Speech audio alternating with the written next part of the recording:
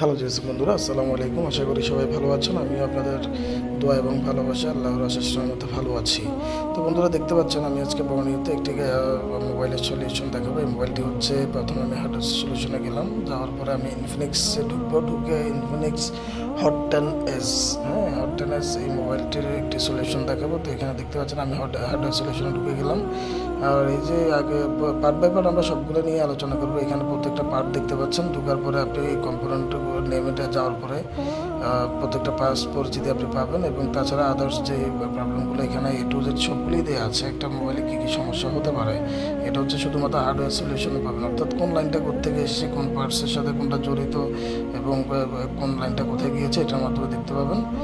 তো আমি এখন এই মুহূর্তে আপনাদের জন্য হচ্ছে যে অন অফ ভলিউমের যে ইন্টারফেসটা ওটা খুলবো। আজকে আমি অন অফ ভলিউম দিয়ে শুরু করব।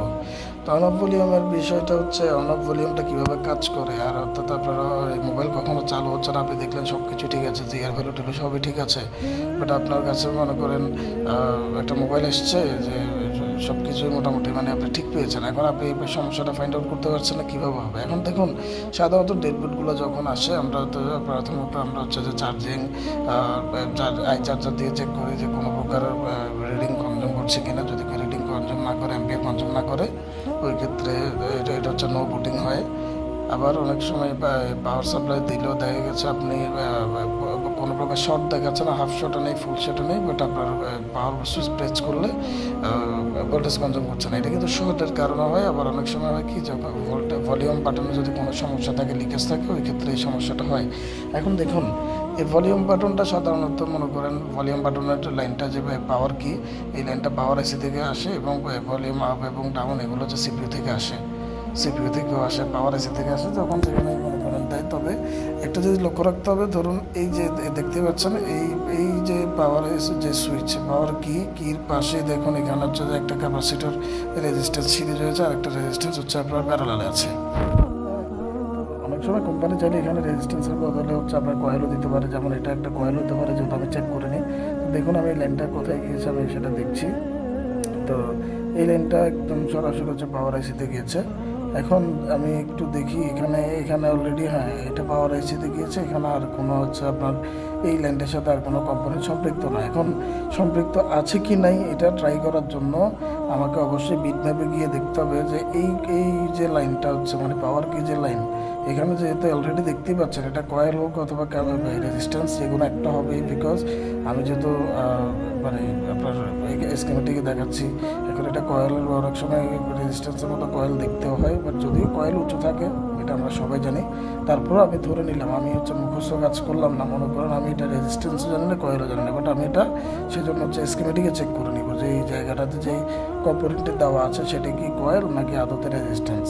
তো যাই হোক, আমরা এখন বিটম্যাপে গিয়ে এই যে লাইনটা আমরা দেখতে পাচ্ছি এই লাইনটার সাথে সম্পৃক্ত, যেহেতু আমাদের এই লাইনে কোনো প্রকার কম্পোনেন্ট দেখায়নি, তাহলে আমরা বিটম্যাপে গিয়ে হচ্ছে ট্রাই করবো যে এই লাইনটা কোত্থেকে কোথায় গিয়েছে এবং এই লাইনটার সাথে জড়িত কোথাও কোনো কম্পোনেন্ট আছে কিনা। বন্ধুরা, এই লাইনের সাথে যদি প্যারালালে কোনো কিছু থাকে সেক্ষেত্রে দেখা গেছে শর্ট থাকতে পারে।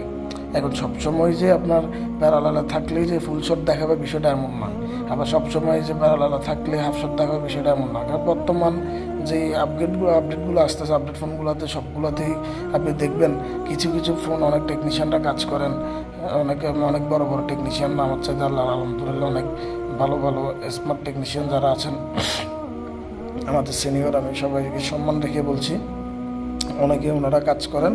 আপনি দেখবেন কোনো প্রকার বুটিংও হচ্ছে না, এমপিআরও নিচ্ছে না, বাট আপনি মাদারবোর্ড খোলার পরে তারা হচ্ছে যে দেখবেন যে শর্ট কম্পোনেন্ট মানে লিকেজ কম্পোনেন্টগুলো বের করে। তো তার মানে বুঝে নিতে হবে যে প্যারালাল লাইন শর্ট হইলেই যে আমার প্রাইমারি লাইনে দেখাবে, হাফ শর্ট দেখাবে, বিষয়টা কিন্তু এমন না, বিশেষ করে বর্তমান সময়গুলোতে। তো যাই হোক, আমরা বিটম্যাপেও এই লাইনটাতে হচ্ছে আমরা কোনো প্রকার কম্পোনেন্ট পাচ্ছি না, আপনারা খেয়াল করুন। তো আমি প্রথমে ওইদিকে চেক করছি, এখন পাওয়ার আইসির যে লাইনটা কত নাম্বার লাইন থেকে দেখেছি ওই লাইনটা চেক করতেছি। দেখুন এই যে এখন পাওয়ার আইসি থেকে আমি ক্লিক করে দেখতেছি যে এই লাইনের সাথে সম্পৃক্ত কোনো কম্পোনেন্ট আছে কিনা। খেয়াল করবেন, এই যে দেখছেন এটা এখন আমি দেখছি যে এটার সাথে সম্পৃক্ত কোনো কম্পোনেন্ট আছে কিনা। তো আমরা কোনো কম্পোনেন্ট দেখতে পাচ্ছি না। তো কোনো কম্পোনেন্ট যদি না দেখি হ্যাঁ দেখুন এখানে কোনো কম্পোনেন্ট সম্পৃক্ত নাই, শুধু ওই যে রেজিস্ট্যান্স বা কয়েল যেটাই বলেন ওইটাই মূলত, এটা সম্ভবত রেজিস্ট্যান্সই হবে। এমন হতে পারে এটা খারাপ হয়েছে।